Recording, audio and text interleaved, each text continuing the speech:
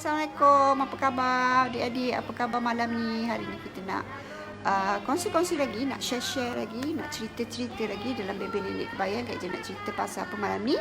Kita nak cerita petua macam mana orang dulu-dulu bersalin tanpa koyak. Ramai orang tanya Kak Ija, macam mana nak bersalin tanpa koyak? Okey ke tak okey? Boleh ke tak boleh? Boleh tak bagi petua nak bersalin tanpa koyak ni? Kan? Jadi hari ni Kak Ija nak sharekan dengan korang. Jadi siapa yang ada dengan Kak Ija, minta tolong hi, minta tolong share dulu. Kita tunggu kawan-kawan kita masuk baru kita start. Hai Emma, apa khabar? Hai Emma, apa khabar? Nak kena betulkan pula ni sikit. Okey.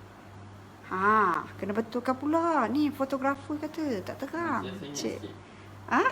Sengit dia kata. Sengit ke?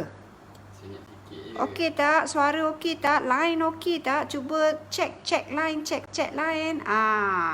Okey, kalau okey kita boleh start, kita boleh cerita, kita boleh cepat-cepat bercerita ni. Ramai excited nak tahu Kak Ija macam mana nak berpantang ni. Nak bersalin ni, saya takut nanti luka teruk kan. Macam manakah petua-petua orang dulu guna nak bagi tak koyak bila kita bersalin. Hai jutawan Kamsiah. Jutawan Kamsiah ni kalau korang pernah dengar minyak afiat, ni dia punya toke minyak afiat minyak afiat yang daripada zaman dulu-dulu. Ni generasi minyak afiat ni. Nak cari minyak afiat boleh cari jutawan Kamsiah. Siap promo lagi hari ni kan. Orang Perak ni dia pun buat minyak juga kan. Okey, jadi hari ni kita nak cerita, minta tolong share, minta tolong like.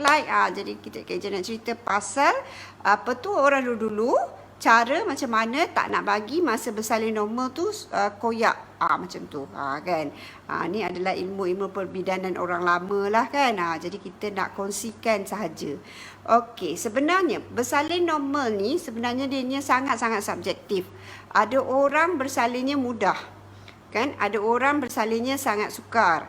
Sebenarnya kesukaran bersalin itu bergantung kepada banyak aspek. Bergantung kepada banyak aspek. Antaranya saiz baby, saiz badan si ibu, berapa berat badan si ibu, saiz tulang punggung kita kan, saiz bukaan masa kita nak meneran, kedudukan baby masa dalam perut, masa last tu macam mana kedudukan baby tu. Semua-semua ni adalah sangat-sangat mempengaruhi waktu kita melahirkan. Jadi setiap orang tu memang akan menghadapi tempoh ataupun proses melahirkan yang berbeza-beza. Even kalau anak pertama dengan anak kedua pun prosesnya berbeza sebab berat baby tak sama dan bukaan kita pun kadang-kadang tak sama. Kita kena tahu yang masa proses melahirkan kita dengan badan ni dengan secara semula jadi Allah dah tetapkan kita memang akan ada regangan. Okey, regangan semula jadi yang berlaku pada pada pelvis tulang punggung kita tu. Memang dia dah ada regangan semula jadi yang berlaku. Ada orang regangan dia tak berapa besar, ada orang regangannya besar. Jadi ianya bergantung kepada perubahan hormon setiap orang.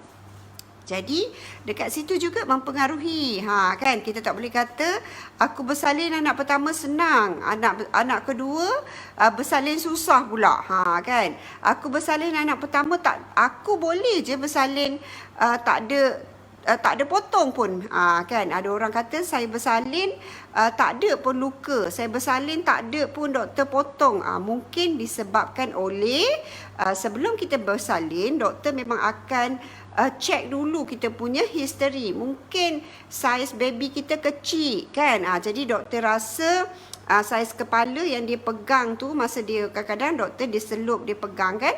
Dia rasa boleh keluar tanpa potong kan. Jadi maknanya bukaan kita tu cukup untuk keluarkan kepala baby, jadi doktor tak potong.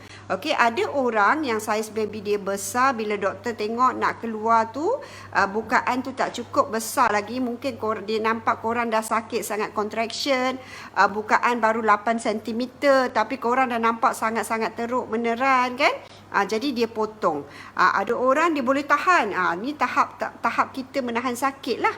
Kita kena tahu setiap orang, ada orang dia kena cocok sikit dia dah sakit. Ada orang dia kena gudi-gudi pun dia tak sakit. Ada orang dia boleh split kaki dia, boleh kangkang, regang kaki dia. Ada orang dia boleh kangkang sikit je. Macam tu. Jadi ini mempengaruhi juga waktu proses bersalin kita. Jadi sebab itulah berbeza-beza. Ada orang boleh bersalin tanpa luka, ada orang bersalin terpaksa menghadapi luka jahitan yang sangat-sangat banyak. Okey, hari ni Kak Ija nak kongsikan korang macam mana proses perbidanan lama, yang mana zaman dulu-dulu kan kita tak ada.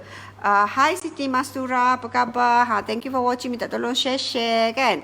Kita nak cerita macam mana orang zaman dulu-dulu dia bersalin, dia tak ada gunting-gunting. Jadi sebab zaman dulu bidan lama, bidan kampung dia tak ada jahit lagi. Tapi masa yang Kak Ija membidan, dia bidan bertauliah. Maknanya dia macam doktor, dia macam nurse lah, nurse yang boleh sambut baby. Dia ditauliahkan lah. Maknanya dia memang boleh sambut baby, diluluskan oleh kementerian lah, macam tu. Jadi proses bersalin tu dia buat secara klinikal juga, kan, orang dulu lah kan. Jadi Kak Ija nak cerita macam mana. Kak Ija pun pernah tengok masa Kak Ija kecil, mak Kak Ija beranak ke adik Kak Ija. Kita intai-intai zaman dulu kan. Okey, Kak Ija nak cerita kat korang macam mana petua orang zaman dulu-dulu nak memudahkan proses bersalin, nak bagi tak luka. Kan. Jadi kita minta tolong share-share, minta tolong hi-hi, minta tolong love-love kalau nak tahu macam mana orang dulu-dulu buat. Okey kan. Sebenarnya pada zaman dahulu kala, pada zaman dahulu, macam cerita zaman dulu tu lah kan. Pada zaman dahulu kala sebenarnya persediaan untuk melahirkan ni banyak faktor yang diorang perlu sediakan. Contohnya bila kita dah hamil 7 bulan, kita dah start menamakan bidan. Kita dah start menamakan bidan. Menamakan bidan ni apa? Menamakan bidan ni maknanya kita cop-cop bidan mana yang nak sambut baby kita. Macam orang zaman sekarang, kita pergi buat buku pink kan. Zaman dulu kita tak ada buku pink. Jadi bila awal-awal hamil tu, kita memang dah pergi jumpa bidan. Kita dah pergi jumpa bidan. Bidan ni lah yang kita dah selalu bawa pergi jumpa ni lah yang akan selalu pegang perut kita. Okey, kita tak hari ni pergi bidan Cik Senah, besok pergi bidan Cik Tipah, lusa aku nak pergi bidan Cik Maimunah lah pula, tak ada. Orang zaman dulu dia bidan, okey hari ni aku nak guna bidan Cik Senah ni lah. Kononnya lah kan, Cik Senah tu nama mak akak, tapi aku nak guna juga. Aku nak guna bidan Cik Senah ni lah beranak. Jadi awal-awal mengandung, sebab mak dah biasa dengan Cik Senah ni, memang bagus dia jaga kan, contohnya lah kan orang zaman dulu. Jadi bila hamil, awal-awal kehamilan dia dah pergi jumpa Cik Senah, supaya Cik Senah boleh rasa perut dia. Nak dulu mana kita ada scan, kita tak ada scan, tak ada ultrasound ni semua tak ada kan. Jadi Cik Senah ni lah yang tukang rasa. Sebab tu orang dulu bidan lama dia sangat arif dengan merasa perut ni. Sebab apa? Sebab dia merasa banyak perut. Kan. Dan kalau masalah kita, dia yang selalu handle. Kita one to one session dengan bidan lama ni. Jadi dia yang jaga kita. Kalau kita contohnya buat kerja lebih sikit, kita rasa macam celah kangkang ni rasa sakit kan, tak boleh nak jalan, dah mengandung besar tu tak boleh nak jalan rasa. Kita pergi jumpa juga Cik Senah ni. Cik Senah tolonglah ni, bawah ni sakit sangat, pinggang-pinggang ni. Jadi saya nak buat macam mana? Cik Senah pun betul lah duduk baby kita. Ni orang dulu-dulu punya cara. Jadi kita tak boleh nak kata, oh saya ni baby songsang, saya nak pergi berurut lah dengan, cari kat Facebook sekejap, ni aku nak pergi berurut dengan ni sebab baby aku songsang. Tak boleh. Sebabnya dia bukan pegang perut korang daripada awal. Dia tak tahu macam mana. Lagipun nak balik perut baby songsang ni bukan satu perkara yang mudah-mudah korang boleh buat. Tak, dia kena ada ilmu dan kena cukup-cukup ilmu. Macam tu kan. Jadi tak boleh sebarang-sebarang suruh orang pegang perut kita. Kita kena ada yang designated. Macam kita ada doktor panel. Nilah yang jaga aku. Macam tu orang tua-tua dulu. Okey, bila kita dah mengandung, dah hamil, kita dah selalu pergi jumpa dia kan. Kita dah mengandung 6 bulan, kita akan pergi betulkan perut. Kalau orang zaman dulu 7 bulan macam saya cakap tadi, kita menamakan bidan. Menamakan bidan ni selalunya orang zaman dulu, dia orang ada buat macam melenggang perut. Okey, melenggang perut ni orang dulu-dulu buatlah. Okey, dalam upacara melenggang perut ni ada antaranya bidan akan bekalkan kita ibu-ibu ni dengan minyak. Okey, minyak ni kalau orang dulu dia pandai jampi, dia jampilah. Kan minyak ni ada yang bekalkan minyak untuk kita minum, minyak kelapa dara lah. Orang zaman sekarang banyak minyak kelapa dara kan. Bila dah 7 bulan korang dah boleh start minum minyak kelapa dara. Dia akan bekalkan kita minyak yang untuk kita minum dan juga minyak untuk kita sapu dekat bawah dengan urutan. Okey, urutan ni kita dah boleh start buat slow. Ni orang dulu punya cara. Dia akan urut. Lagi satu, bidan ni dia orang sangat-sangat bagus sebenarnya. Sebab tu saya selalu cakap perawatan tradisional ni dia lebih lembut. Kan dia lebih lembut, dia walk with the flow. Lagipun dia attend seorang tu seorang.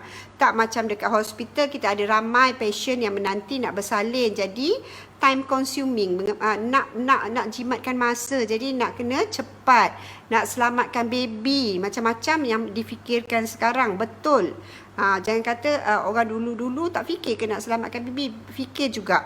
Tapi pengetahuan yang dapat waktu sekarang ni, penambahan pengetahuan yang dapat waktu sekarang ni, dia orang buat kesimpulan yang lagi cepat baby tu keluar lagi baguslah. Maknanya tak ada mencederakan otak ke, baby tak lemas ke kan, contohnya macam tu. Jadi orang dulu ni, dia orang masa proses kita melahirkan tu, dia orang memang ada sapu minyak dekat kita punya Miss V tu. Bidan semasa kita meneran tu, dia akan ambil minyak, dia akan sapu sambil dia bantu kita nak keluarkan baby. Ada bidan yang dia akan urut, alin perut kan, betulkan kedudukan, bantu ibu supaya boleh mengeluarkan baby. Itu cara bidan lama.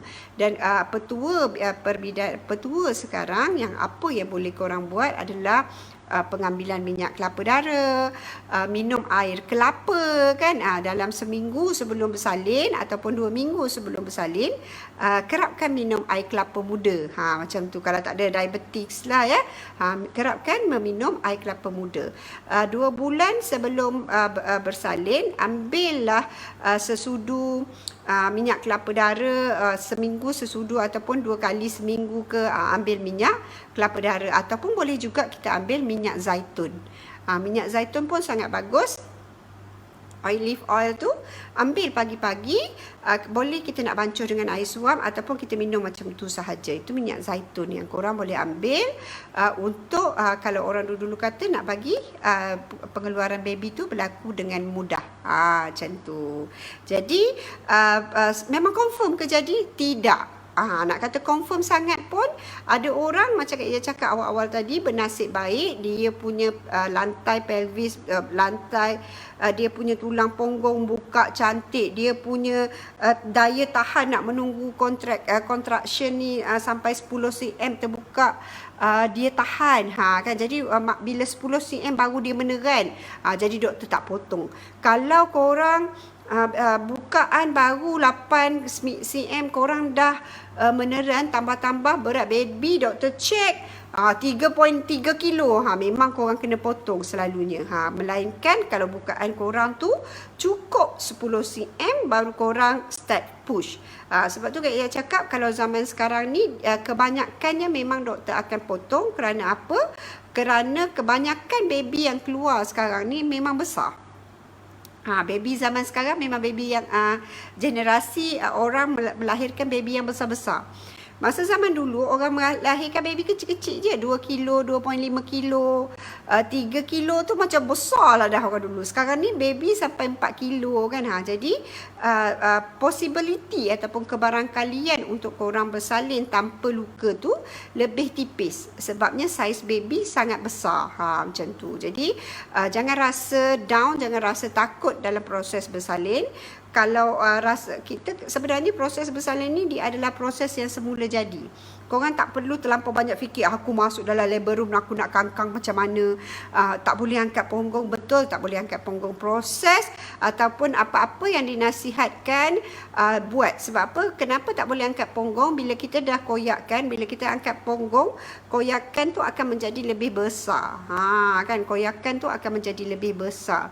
Jadi ibu-ibu mertua kat luar sana, ipar duai kat luar sana, Kak Ija nak ingatkan juga, seandainya saya bersalin normal, aku bersalin dulu normal, tak ada pun sakit teruk macam kau ni, kita tak boleh cakap macam tu. Sebab mungkin korang punya 2 je jahitan, dia punya 48 jahitan luar dalam, kan kita tak boleh kata dianya berbeza-beza.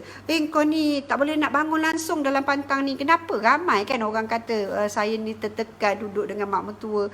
Mak mertua kata dia bersalin dulu senang, tak ada pun sakit macam saya ni luka banyak. Orang tak faham.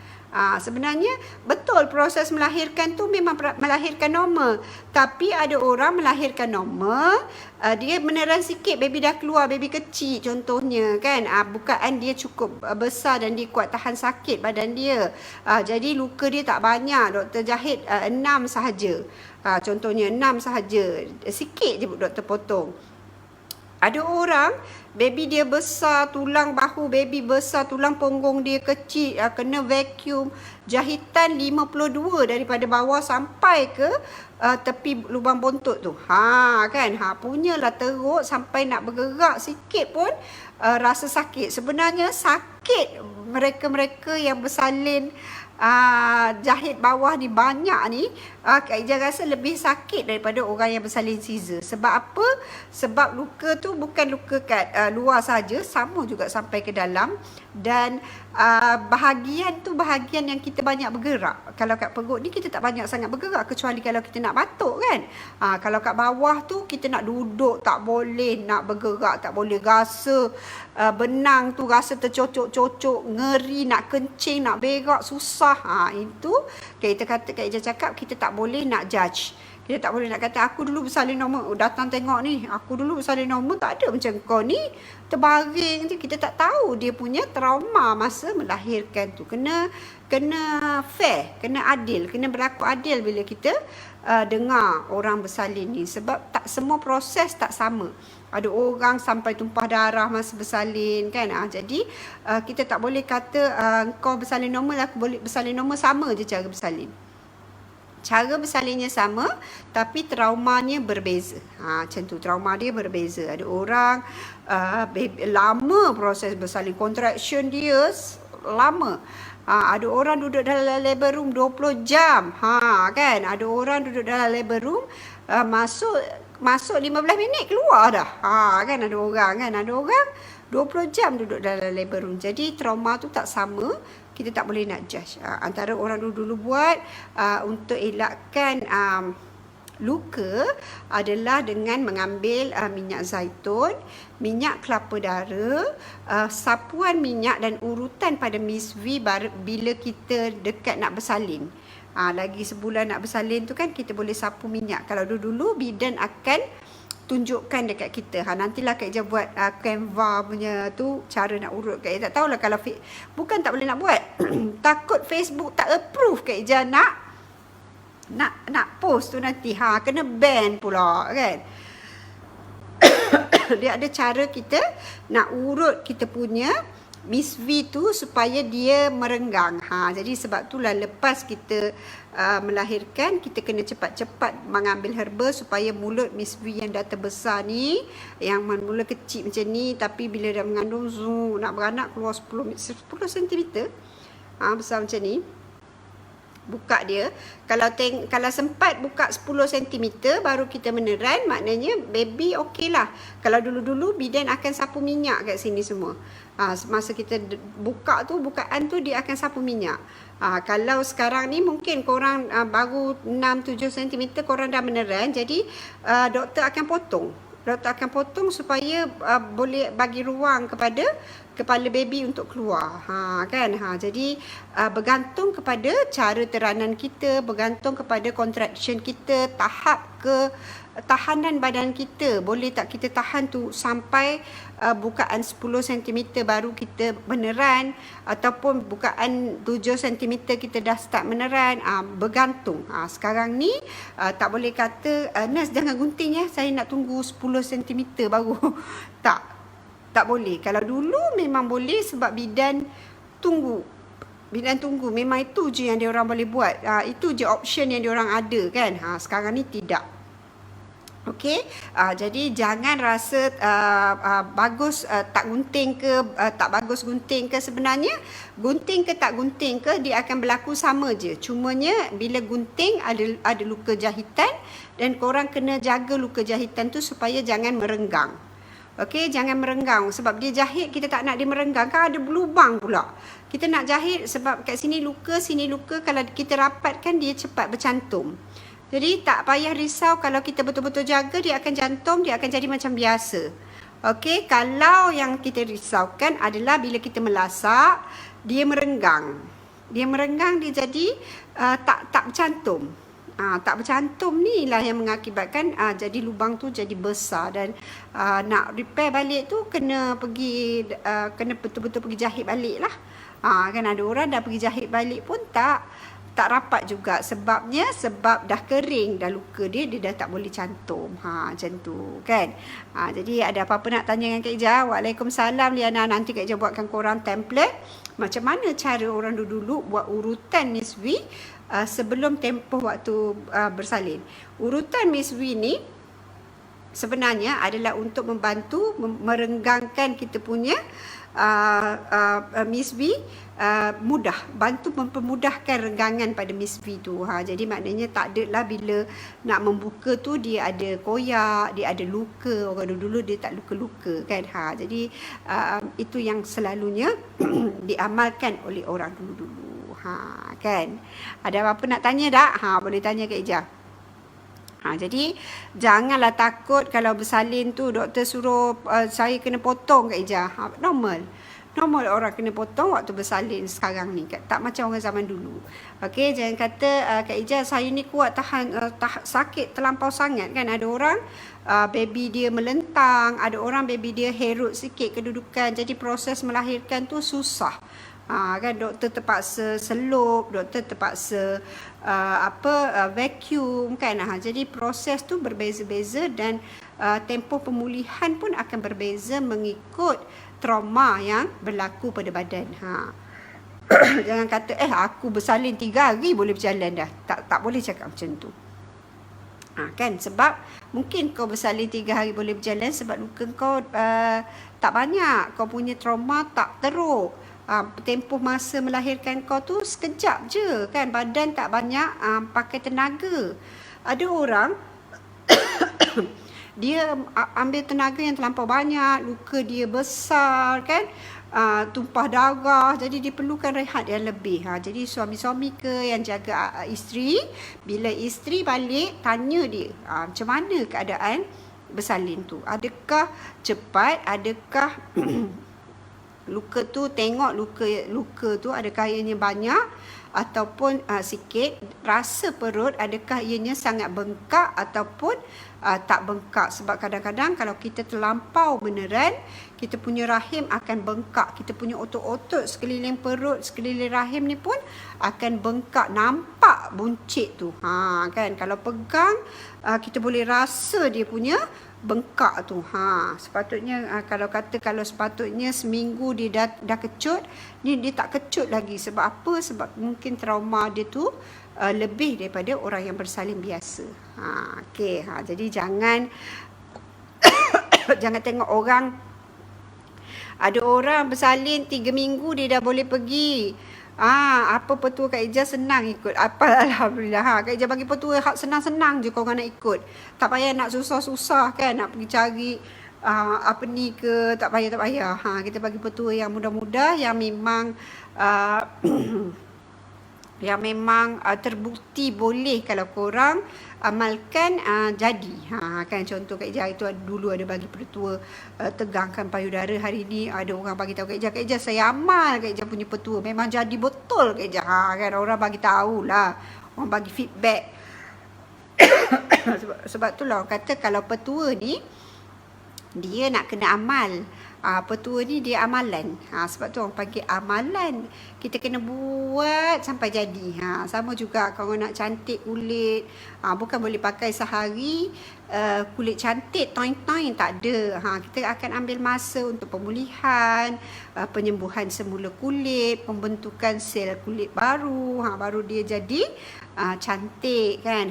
Dia sama je sebenarnya. Proses penyembuhan badan pun macam tu juga. Okey. Jadi adik-adik ada apa-apa nak tanya Kak Ija, boleh tanya. Kalau ada apa-apa nak suruh Kak Ija explain dekat korang, boleh boleh tanya juga, boleh message Kak Ija. Contohnya macam hari ni ramai orang tanya Kak Ija macam mana saya takut nak bersalin, takut kena jahit. Sakit tak masa berjahit? Sebenarnya maksud waktu jahit tu korang dah tak berapa rasa sakit sangat dah. Ada orang tak rasa sakit atas badan lah, atas kita punya tahap tahanan sakit. Sebab apa? Kita baru lepas trauma, waktu gunting pun korang tak rasa benda kan. Waktu gunting tak rasa apa-apa, kena gunting pun tak rasa apa. Kan. Jadi jangan rasa bila orang cerita bersalin tu susah, ianya akan jadi susah juga pada kita. Tak. Kita kena tahu.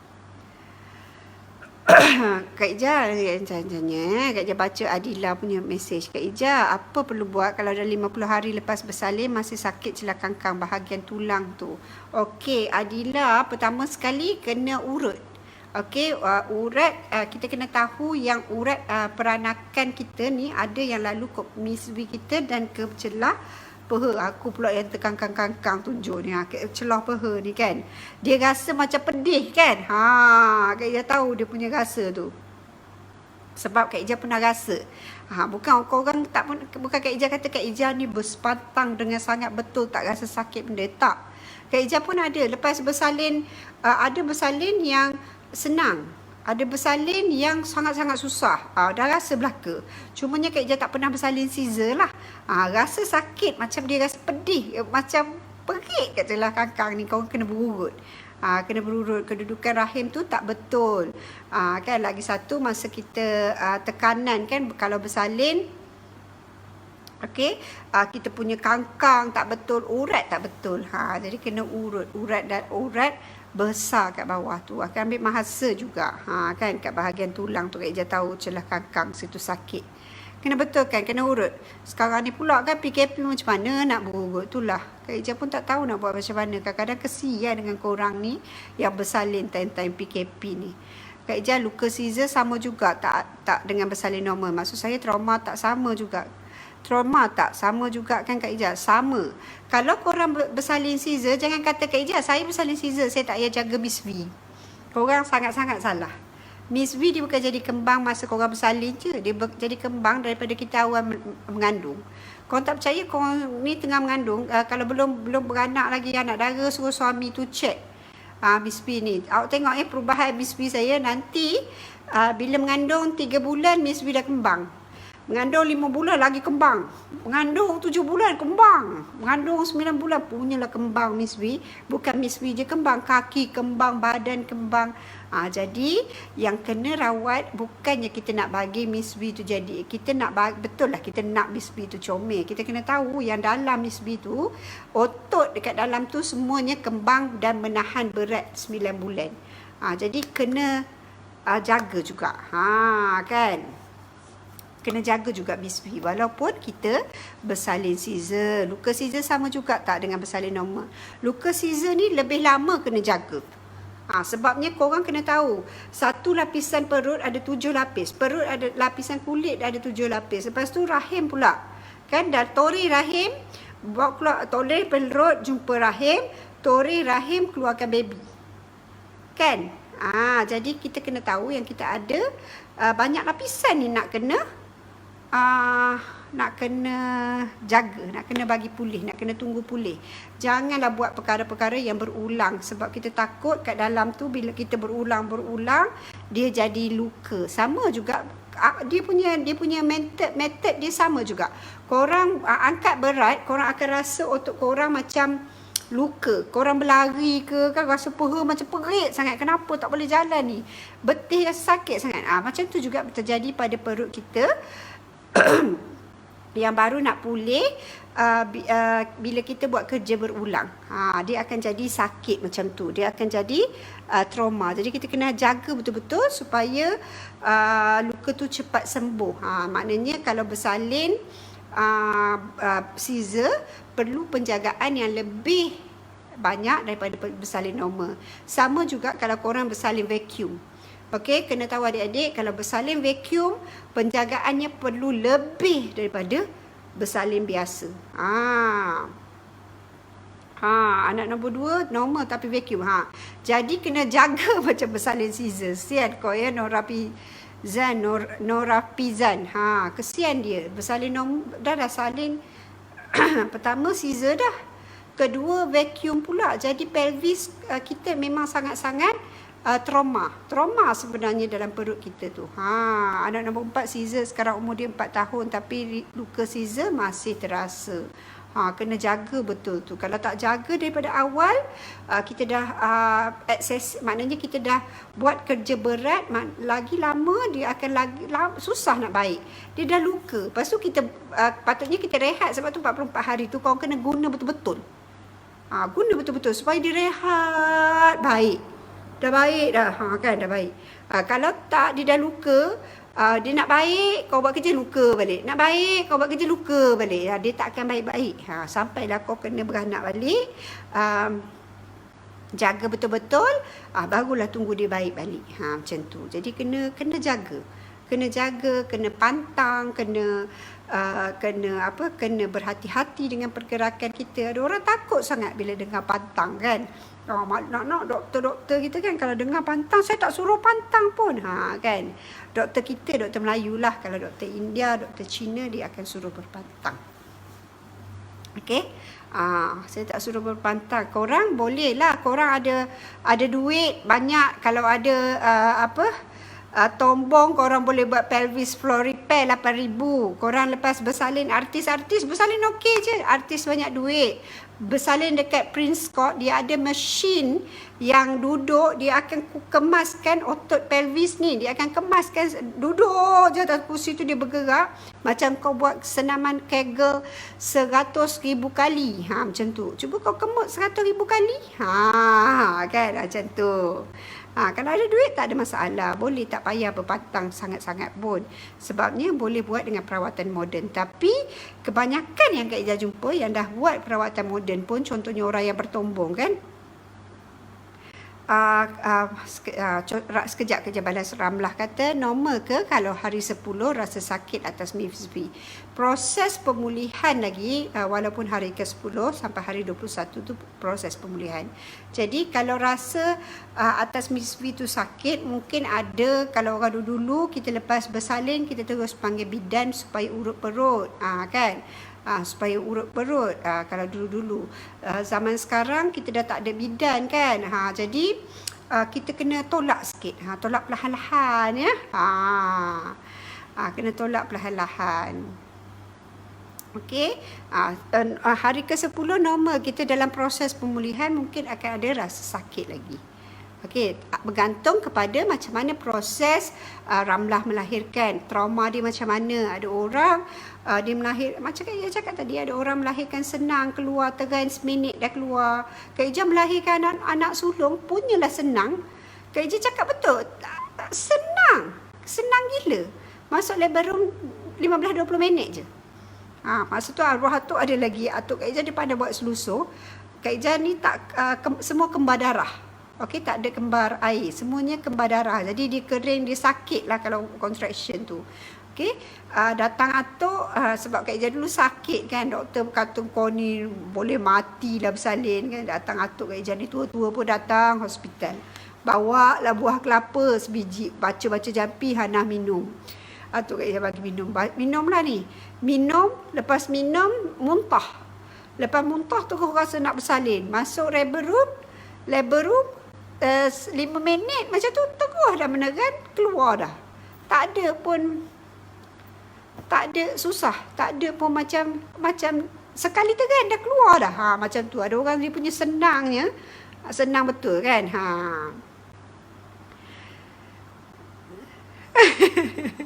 Dengan Kak Ijah bercerita tu orang rasa ngilu kat Caesar. Betul. Kalau mak Kak Ijah pun selalu cakap aku ngilu je kat kawasan Caesar. Dah tua tu 50 tahun. Mak aku dah 70 tahun. Dia pun rasa ngilu kalau kita cerita benda-benda yang pasal Caesar. Sakit belakang memang terasa. Tak tahulah berpantang macam mana ni. Nak elakkan berpantang, nak jaga pantang betul, pemakaian bengkong tu kena betul. Ya, Nur Hafizan pakai bengkung betul-betul. Korang dah pakai bengkung betul-betul, korang akan jaga gerak, korang akan ingat untuk makan ubat sebab korang ada benda dekat badan yang remind korang yang korang tengah berpantang. Kalau kita tak pakai bengkung, kita akan bergerak dengan aktif, kita akan duduk terkangkang-kangkang, kita akan lupa yang kita ni tengah berpantang. Sebenarnya bengkung ni dia macam satu reminder, dia mindset untuk kita. Jadi korang pakai bengkung betul-betul. Ada duit beli mesin. Mesin tu beratus ribu Mas Turah. Mesin tu. Kerja rasa tu 300-400 ribu macam tu. Mesin yang duduk boleh kuatkan pelvis floor tu. Kan? Rezeki masing-masing. Betul, rezeki masing-masing. Jadi kalau kita yang tak berapa berkemampuan ni, kita jagalah semampu kita. Yang mana kita mampu, kita jaga. Moga-moga minta dengan Allah, usaha aku ni, engkau hindarlah aku daripada penyakit-penyakit wanita yang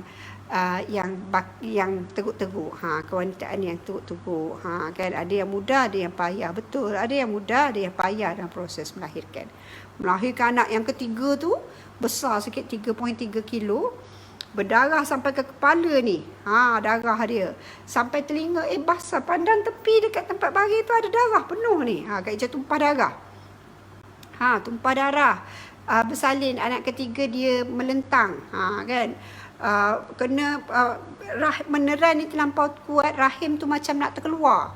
Balik-balik cu datang urut, dia kata teruk sangat ni rahim, buat air jampi lah. Orang zaman dulu kan buat air jampi lah bagi minum. Lepas tu kena rengat pula. Siapa kena rengat tahulah kan. Kena rengat pula. Kan, jadi berbeza-beza. Jadi kita tak boleh judge. Jangan kata kalau kita nampak orang bersalin, nampak mudah je kau ni, rezeki dia Allah bagi mudah. Ada orang luka dia sangat-sangat banyak, trauma dia teruk, vacuum, jadi kena jaga sangat-sangat. Okey, jadi itulah dia. Betul orang dulu tentang macam mana nak bagi tak luka masa kita bersalin. Kan, bukan tak luka semua, dalam luka. Dalam mesti ada trauma. Kita kena tahu yang alangkah buah pun kalau dia jatuh dekat dia punya tangkai tu masih keluar getah kan. Sama juga kalau bersalin. Ni kan pula baby sebesar tu kan. Kalau dia turun mesti ada tempat yang dia putus. Macam tu. Okey. Kak boleh buat video pemakaian bengkung. Ada, Kak Ijah ada video pemakaian bengkung. WhatsApp Kak Ijah, nanti Kak Ijah share video pemakaian bengkung. Alright. Jadi sekian dulu untuk malam ni. Kak Ijah, macam mana nak buat time kena rengat tu? Saya sakit keluar air mata. Betul, rengat memang sakit keluar air mata. Kak Ijah ni sebenarnya Kak Ijah ada herba rengat. Kak Ijah itulah ya, kita ni sebenarnya bukannya tak ada. Cumanya Kak Ijah malas nak jual banyak-banyak. Kak Ijah tak nak jual. Ada je Kak Ijah buat. Kalau orang minta, kata Kak Ijah saya ni beranak sebelum ni rengat, beranak kali ni takut rengat, Kak Ijah bagilah obat rengat tu. Kalau korang rengat, cara dia kalau sekarang ni korang boleh ambil Panadol tungku, minum sepang kederang tu lebih. Okey, bagi kecut rahim tu cepat. Kalau orang zaman dulu, dia Kak Ijah kena rengat teruk juga dulu, minum air jampi sekejap je boleh baik. Orang zaman dulu, Kak Ijah tak tahulah apa orang tua-tua dulu jampi. Kak Ijah tak masa tu tak fikir nak belajar. Kan, tak fikir pun nak belajar benda lah. Kita ni pun macam mak kata minum air jampi benda lah. Boleh hilang sakit macam ni, tapi bila minum tu hilang pula. Kan, rezeki Allah nak bagi tak sakit kan. Tapi kalau rengat sekarang bertungku, makanlah Panadol, minum air panas dan juga minum air sepang kederang tu lebih. Dan lagi satu, susukan anak sebab kita nak kecutkan rahim tu cepat. Dia proses pengecutan rahim tu yang cepat menyebabkan kita rasa sakit tu. Dia sakit. Orang dulu kata kalau anak kedua 1 hari, anak ketiga 2 hari, anak keempat 3 hari macam tu. Dia punya rengat tu sakit je. Aduh, kalau anak 15 rengat 16 hari pensan lah kita kan. Macam tu. Okey, jadi sekian dulu untuk hari ni. Kalau ada apa-apa nak tanya lagi, insyaAllah besok kalau ada apa-apa topik yang Kak Ijah terfikir nak kongsi dengan korang, kita jumpa lagi 10.30 malam.